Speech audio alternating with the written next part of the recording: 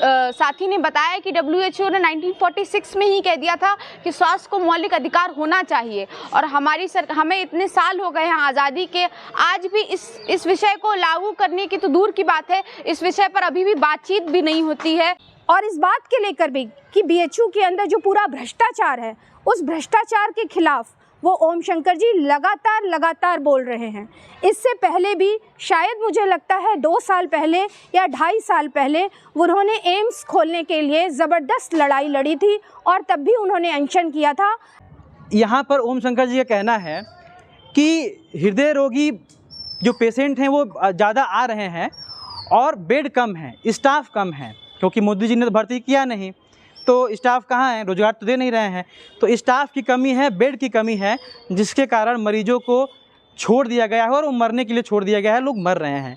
आने वाली 1 तारीख को चुनाव है, जब आप अपने बूथ पे जाएं तो डॉक्टर ओम शंकर के हक में वोट जरूर करें, मोदी को हराने के लिए वोट करें, अपने को जिताने के लिए वोट करें। क्योंकि इनसे कोई भी वार्तालाप भी उन्होंने नहीं किया है और उन्हें कोई फर्क नहीं पड़ रहा है कि एक आदमी 15 दिनों से बैठा हुआ है हमारी सबकी मांगों के लिए, हम सबके अधिकार के लिए, लेकिन ना तो BHU के प्रशासन को कोई फर्क पड़ता है, ना ही यहाँ की सरकार को।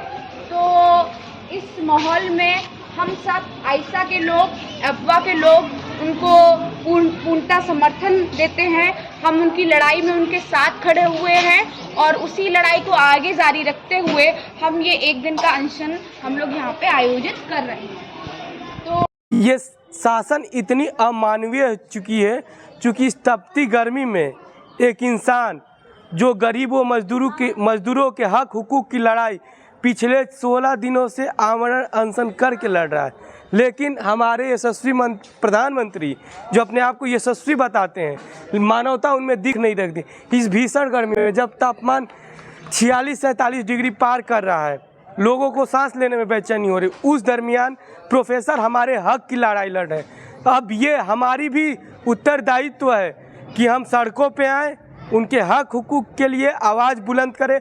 आज जिस तरह से एपवा के साथी लोग आए हैं, आयशा के साथी लोग आए हैं, भाकपा माले के साथी लोग आए हैं, उन सभी को इसी तरह आगे इस आंदोलन को बढ़ाना होगा। और हम चाहते हैं जब हम चाहे यहाँ पे जितने लोग हो अपने गांव गुरबे में जाएं, छुट्टियों में या फिर आज भी जब जाएं, तो इस बात को ज़रूर बताएं अपने आसपास कि BHU में एक डॉक्टर है जो हमारे हक के लिए लड़ रहा है, एक डॉक्टर है जो हमें धक्का मुक्की होती है उससे बचाने के लिए लड़ाई लड़ रहा है, एक डॉक्टर है जो ऑक्सीजन नहीं मिल रहा है, ऑक्सीजन के कारण, डॉक्टर के कमी के कारण मरीज हॉस्पिटल में पहुंच के भी मर जा रहे हैं, उनके लिए लड़ रहा है। तो अब ये हमारी जिम्मेदारी है और कि हम उनके आवाज़ को गांव-गांव तक पहुंचाएं, और साथ ही साथ हम यहाँ से अमानवीय प्रवृत्ति के लिए इस देश के यशस्वी प्रधानमंत्री मोदी को कंडेम करते हैं। हम चाहते हैं यदि वो मानते हैं कि ये बनारस उनका शहर है और ये वो मानते हैं कि माँ गंगा ने उन्हें गोद लिया है, तो आपका एक बेटा भूखे है, उसके लिए आप आइए, उसकी बात सुनिए। वो इंसान इसलिए लड़ रहा है ताकि जो अनियमितताएँ हैं सर सुंदरलाल अस्पताल में उसके खिलाफ कार्रवाई हो। वो इसलिए लड़ रहा है कि जो शिक्षा का अधिकार है, जो स्वास्थ्य का अधिकार है, उसको फंडामेंटल राइट घोषित किया जाए। इनकी इस लड़ाई में हम छात्र समुदाय डॉक्टर ओम शंकर के साथ हैं और उनकी आवाज़ को और गांव-गांव तक पहुंचाएंगे। और हम ये भी आप लोगों से अपील कर रहे हैं कि चुनाव बहुत नज़दीक है, आने वाली 1 तारीख को चुनाव है, जब आप अपने बूथ पे जाएं तो डॉक्टर ओम शंकर के हक में वोट जरूर करें, मोदी को हराने के लिए वोट करें, अपने को जिताने के लिए वोट करें, क्योंकि हम ही वो ओम शंकर है। आज एक ओम शंकर उपवास पे अनशन पे नहीं बैठा है, आज ये तमाम लोग अनशन पे बैठे। आज ये जो आप 1 दिवसीय अनशन कर रहे हैं, इस तपती गर्मी में आपके हिम्मतों को हम सलाम करते हैं। जितनी भी महिलाएं साथी हैं, जितने भी हमारे छात्र नौजवान साथी हैं, और हम ये प्रण यहाँ से लेके जाएं कि आगे भी इस लड़ाई को मुकम्मल तरीके से इस तानाशाही सरकार के, इस अमानवीय सरकार के खिलाफ लड़ते रहेंगे। जय भीम। लाल स्वास्थ्य की मांग है वो कितनी ज़रूरी है, और जो पूरा पूर्वांचल का इलाका है और जो भी मतलब जितनी भी डॉक्टर की संख्या है वो पहले से ही कितनी कम है, और जो प्राइवेट का इलाज है वो कितना महंगा इलाज है, और ये जो स्वास्थ्य का मौलिक अधिकार है वो कितना ज़रूरी है हम सब के लिए, पूरी जनता के लिए, सभी लोगों के लिए। और जैसा कि साथी ने बताया कि WHO ने 1946 में ही कह दिया था कि स्वास्थ्य को मौलिक अधिकार होना चाहिए, और हमें इतने साल हो गए हैं आज़ादी के, आज भी इस विषय को लागू करने की तो दूर की बात है, इस विषय पर अभी भी बातचीत भी नहीं होती है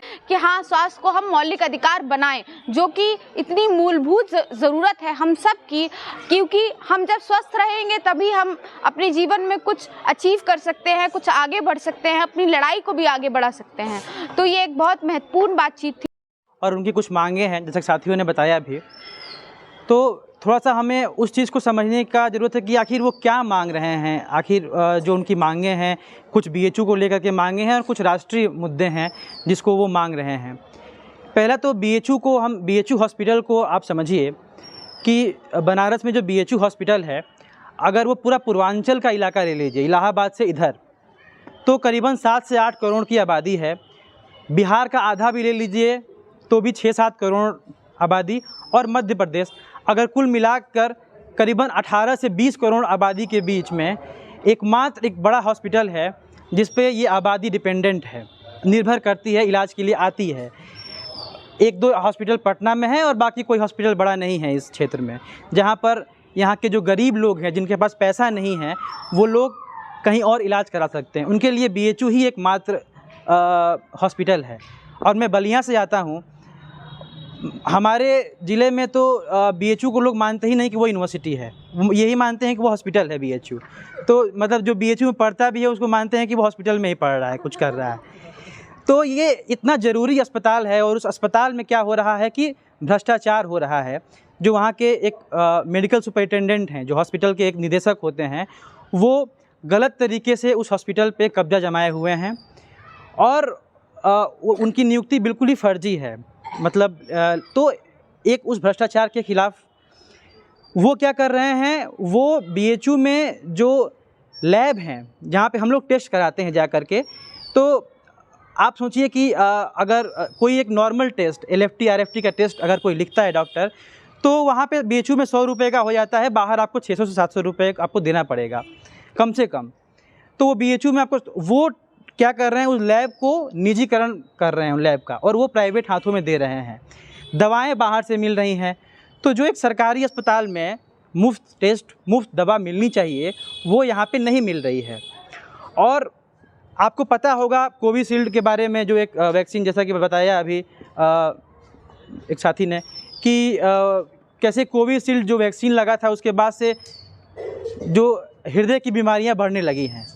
तो यहाँ पर ओम शंकर जी का कहना है कि हृदय रोगी जो पेशेंट हैं वो ज़्यादा आ रहे हैं, और बेड कम है, स्टाफ कम है, क्योंकि मोदी जी ने तो भर्ती किया नहीं, तो स्टाफ कहाँ है, रोजगार तो दे नहीं रहे हैं। तो स्टाफ की कमी है, बेड की कमी है, जिसके कारण मरीजों को छोड़ दिया गया है, और वो मरने के लिए छोड़ दिया गया है, लोग मर रहे हैं। तो ये एक बहुत ज़रूरी मांग है जिसको लेकर के प्रोफेसर ओम शंकर जी धरने में बैठे हैं। दूसरी मांग है कि जो स्वास्थ्य है उसको मौलिक अधिकार का दर्जा मिले, उसको मूलभूत अधिकार बनाया जाए। मूलभूत अधिकार का मतलब होता है कि संविधान में अगर कोई चीज़ मूलभूत अधिकार हो जाती है तो वो सरकार को देना ही होता है। अगर कोई पॉलिसी है तो सरकार मना कर सकती है। मान लीजिए कि जनधन योजना है, चाहे सरकार आज बंद कर देगी, लेकिन मनरेगा सरकार बंद नहीं कर सकती है, क्योंकि मनरेगा एक कानून है। वैसे ही कानून से भी बड़ा एक ज़्यादा वो है मूलभूत अधिकार। अगर कोई चीज़ मूलभूत अधिकार बन जाती है तो उसकी रक्षा की जिम्मेदारी सुप्रीम कोर्ट की होती है। तो एक बार हमें अगर स्वास्थ्य का अधिकार मिल गया और वो मूलभूत अधिकार मिल गया, तो ये हमारा स्वास्थ्य की गारंटी राज्य की होगी, और इसी मांग के साथ वो बैठे हैं। और ये कोई ऐसी बहुत ऐसा नहीं है कि कोई आसमानी मांग है, कोई रॉकेट साइंस है। मतलब अगर थोड़ा सा हम लीगल उस पर बात करें तो 1946 में एक मतलब पूरी दुनिया में एक विश्व स्वास्थ्य संगठन है WHO ने स्वास्थ्य को मानवाधिकार बताया था 1946 में। कहा कि हर मानव का ये अधिकार है कि उसके स्वास्थ्य की हिफाजत हो, और ये राज्य करेगा। और फिर 1948 में 2 साल बाद एक ह्यूमन राइट्स डिक्लेरेशन हुआ, जिसके आर्टिकल 25 में इंडिया ने साइन किया कि वो स्वास्थ्य को ह्यूमन राइट मानता है। और ये हमारे संविधान में भी है कि राज्य की जिम्मेदारी होगी कि हर नागरिक के स्वास्थ्य की हिफाजत करे, उसकी स्वास्थ्य की देखभाल करे। तो ये तो संवैधानिक तौर मतलब जो संविधान बनाने वाले लोग हैं, जो बाबा साहेब ने जो संविधान बनाया है, उनका भी एक विज़न था कि उनका भी एक मानना था कि हमारे स्वास्थ्य की देखभाल राज्य करे और इसको मौलिक अधिकार बनाया जाए। ये तमाम आर्टिकल में आपको मिल जाएगा। और आज हालत ये है कि अगर कुछ हम आंकड़ों पे बात करें तो हम लगातार पिछड़ते जा रहे हैं। 1991 में हम 1991 में 1000 मरीजों पे 1.2 डॉक्टर हुआ करते थे। मतलब अगर 1000 मरीज हैं पूरे देश, हर 1000 मरीज पे 1.2 डॉक्टर। 2018 में 1000 मरीज पे 0.7 डॉक्टर हैं। तो ये हमारे 30 साल का हासिल है कि हम और इतना नीचे आ गए हैं, जहां हमें और डॉक्टरों की संख्या बढ़ानी चाहिए थी। तो सभी साथियों को क्रांतिकारी सलाम, जय भीम। और इतनी धूप में और इस चिलचिलाती धूप में आप सभी लोग यहाँ पर आए, हमारी घरेलू कामगार महिलाएं जो अपनी मजदूरी छोड़कर यहाँ पर आईं, उनको विशेष रूप से मेरा क्रांतिकारी सलाम। आज डॉक्टर ओम शंकर जी के जो 16वां दिन है, 17वां दिन है, उनके अनशन के पक्ष में हम लोग उनके समर्थन में यहाँ पर मौजूद हुए हैं। हम छोटी ही संख्या में हैं, लेकिन हमारी उम्मीदें बड़ी हैं, संघर्ष बड़ा है और पूरी विचारधारा बड़ी है। तो इसलिए एप्वा और आइसा और CPIML की तरफ से आप सभी को बहुत बहुत धन्यवाद, जो एक दिन के अनशन पर हम लोग यहाँ पर बैठे हैं। साथियों, जितनी भी बातें थी सारी बातें आ गई हैं। कुछ बातें मेरे भी दिमाग में हैं, वही मैं आपसे बोलना चाहती हूँ। और हम लोग 2 बार और हमारा पूरा संगठन पिछले 17 मई को समर्थन देने के लिए औपचारिक तरीके से डॉक्टर ओम शंकर के पास गया था। और हम लोग लगातार अभी 2 दिन पहले भी उनके पास गए थे। लेकिन जिसने 16 दिन से खाना नहीं खाया हो, जिस दिन हम गए थे उस दिन उनका 15वां दिन था, आज शायद 17वां दिन है। जिस 15वें दिन हम उनसे मिले, मुझे यकीन नहीं हो रहा था कि एक डॉक्टर जिसने 15 दिन से पेट में एक दाना नहीं डाला हो, वो इतने जज्बे के साथ कैसे खड़ा हो सकता है। हमारे साथ वहाँ पर किन्नर समाज के लोग थे, तमाम राजनीतिक पार्टियों के, सामाजिक पार्टियों के, तमाम संगठनों के प्रतिनिधि लोग थे जो उनके समर्थन में आए थे। कुछ मरीज़ थे जिन्होंने इनका इलाज करा था और उनको बहुत मानते हैं, और वो वहाँ पर उनके साथ सुबह से 11 बजे से बैठी थी। उसके हिलने की कोई भी वो नहीं हो रही थी कि वो वापस घर जाए। मैंने पूछा आप कौन हैं, तो उन्होंने कहा कि इन्होंने मेरा ऑपरेशन किया था और ये यहाँ पर 15 दिन से भूखे हैं, मुझे बहुत ख़राब लग रहा है कि मैं वापस घर जाऊँ, इसलिए मैं जितना हो सकता है आकर इनके पास बैठती हूँ।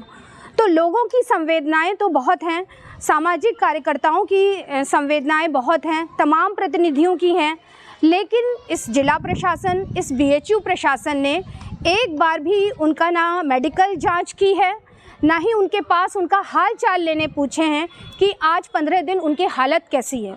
जबकि प्रोटोकॉल के तहत जब कोई अनशन करता है तो प्रशासन की तरफ से एक आदमी आता है उनके ब्लड प्रेशर की नाप के लिए और उनकी मेडिकल जांच के लिए, लेकिन 15 दिन तक ना ही जिला प्रशासन का, BHU प्रशासन का कोई भी व्यक्ति वहां पर नहीं आया।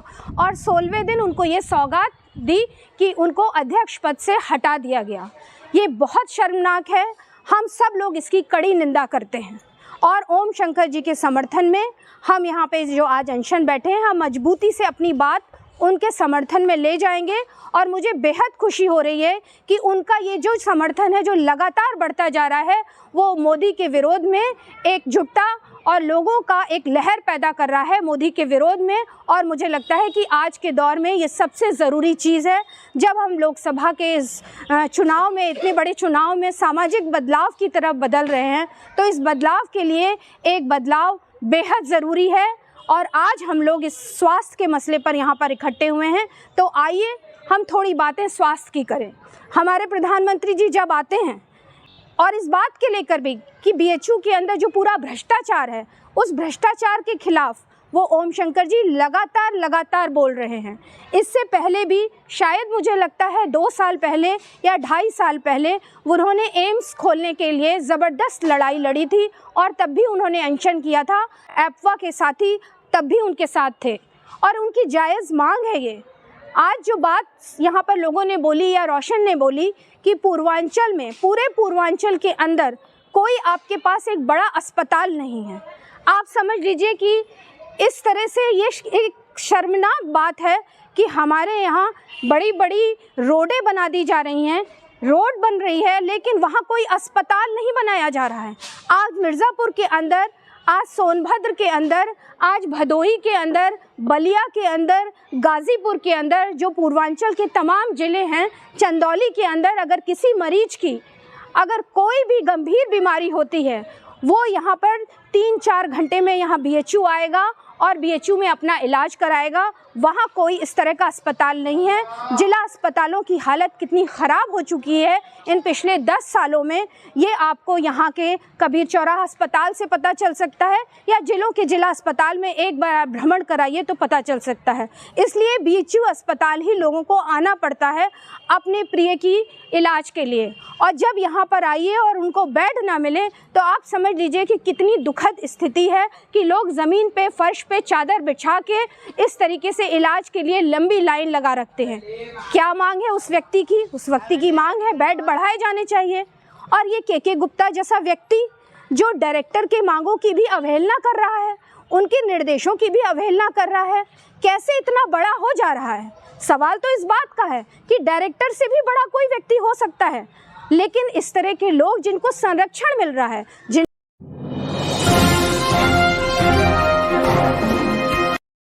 चौराहे पे कई नौजवान साथी हैं और क्या इनकी प्रतिक्रिया है खुद इनसे जानेंगे। क्या नाम है? और वंश जसवाल है। वंश, आपका? दिलीप कुमार यादव। आपका? विजय कुमार मौर्य। आपका? पवन वर्मा। पवन। कक्षा 11वीं के छात्र हैं, वंश जसवाल है। हम ये भी कहना चाहेंगे कि जो बीजेपी सरकार है वो किसी को भी टिकट दे रही है, जैसे कि शहर में किसी को कोई जानता नहीं उसको टिकट दे रही है। जिसका कोई अच्छे आदमी को देना चाहिए, जैसे कि वो अच्छा आदमी, समाज सेवी, उसको देना चाहिए। और लोगों की भी गलती है, लोग पार्टी के नाम पे वोट देते हैं, लोगों के नाम पे वोट नहीं देना चाहिए। जी, क्या चाहते हैं पवन जी इस लोकसभा चुनाव में? क्या सवाल है? सवाल हमारे बड़े भाई खड़े हैं। अच्छा, मोदी जी जाए गुजरात, यूपी छोड़ के वहीं अपना काम धाम करें। माने क्या मानते हैं, क्या सवाल है इस चुनाव में? हाँ, आगे कांग्रेस एकदम सरकार बन रही है। अच्छा, क्या कहना है कि क्या मुद्दा है इस चुनाव का, क्या मानते हैं? लोग महंगाई तो कह रहे हैं। हाँ, आपको क्या लगता है, क्या सवाल है? महंगाई तो है, महंगाई तो बढ़ेगी। महंगाई पहले भी थी, महंगाई अभी भी है। कोई भी सरकार आ जाए महंगाई तो करेगी। हाँ, महंगाई तो कभी नहीं घटेगी। और लोग कह रहे हैं बेरोजगारी है। हमारे देश में हमेशा ही बेरोजगारी रहेगी क्योंकि जनसंख्या तो हमेशा से ज़्यादा है। मेन जरूरी काम है हम लोग को जनसंख्या कम करना चाहिए, तभी तो रोजगार आएगा। जनसंख्या कैसे कम करेंगे? पॉपुलेशन कंट्रोल बिल लाना चाहिए। अच्छा, क्या कहना है इस लोकसभा चुनाव में? यही है कि अभी बेरोजगारी और महंगाई का यही है आलम। बेरोजगारी बढ़ती जा रही, पेपर लीक के मुद्दे लगातार हावी हो जा रहे हैं। आप पढ़ाई कर रहे हैं क्या? जी। क्या कर रहे हैं अभी? ग्रेजुएशन है। अच्छा, अभी यूपी का एग्जाम दिया था तो उसमें पेपर लीक का मामला आया था। तो यही सब है। अब की बार इंडिया गठबंधन को हम लोग युवा। कहाँ के रहने वाले हैं? यहीं प्रयागराज के। प्रयागराज के। फूलपुर लोकसभा। फूलपुर लोकसभा में आप क्या माहौल देख रहे हैं? अरे सही है, पीडीए गठबंधन जीत रहा है। हाँ, अमरनाथ मौर्य जी भारी मतों से विजयी बने। और इलाहाबाद लोकसभा से उज्जवल रमण जी भारी बहुमत। फूलपुर में क्यों मान रहे हैं कि अमरनाथ मौर्य जीत जाएंगे? क्योंकि वहाँ बीजेपी लगातार 2 बार से सांसद बन चुका है और उनके सांसद काम नहीं करते और क्षेत्र में नहीं जाते वो लोग, और वो मोदी जी के नाम पे वोट लेकर चले जाते हैं बट काम नहीं करते। माने आपके यहाँ पटेल समुदाय का सबसे ज़्यादा वोट है? नहीं, पटेल समुदाय का नहीं, वो कॉम्बिनेशन में वोट है। पटेल और मौर्य का कॉम्बिनेशन दोनों का बराबर है। अच्छा, तो एक तरफ मौर्य का वोट है, एक तरफ पटेल का वोट है।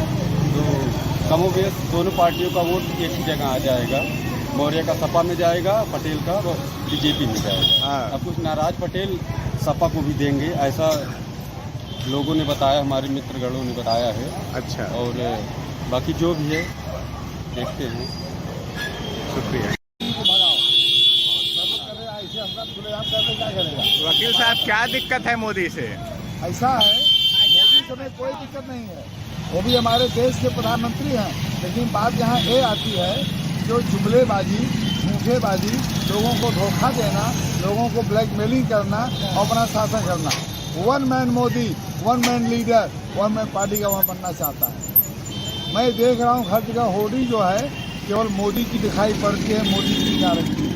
अरे ये कहो कि मोदी की गारंटी क्या है, कहो कि सरकार की गारंटी है, हमारे पार्टी की गारंटी है, सिर्फ मोदी की ही गारंटी बोलते हो, लोगों को धोखा देते हो और जुमलेबाजी करते हो। तानाशाह हो गए हैं मोदी। ये तानाशाह हो जाएंगे, अगर इस बार जीत गए तानाशाह हो जाएंगे, हिटलर शाही चलेगी और मनमाना इनका करना शुरू, कोई बोलेगा नहीं।